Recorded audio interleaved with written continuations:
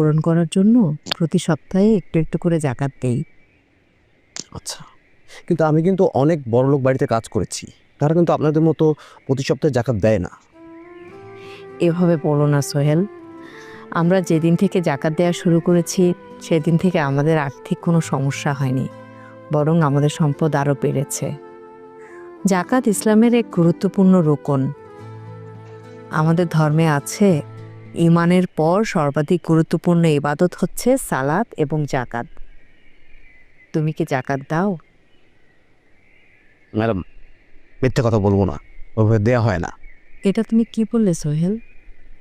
হাদিসে লেখা আছে, যাদের সম্পদ আছে, সামর্থ্য আছে, অথচ তারা জাকাত দেয় না, তাদের জন্য কিয়ামতের দিন অনেক বড় শাস্তির ব্যবস্থা রয়েছে। ভয়ঙ্কর শাস্তি। ম্যাম, হ্যাঁ, কি বলছেন? আমার তো শুনেই ভয় লাগছে।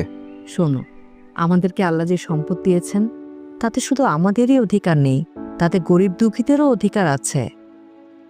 আমরা সবাই যদি নিজ নিজ জায়গা থেকে এভাবে গরিব দুঃখীদেরকে নিয়মিত জাকাত দেই, তাহলে চুরি ছিনতাই এসব হবে না, কোনো মানুষ অভাবে থাকবে না।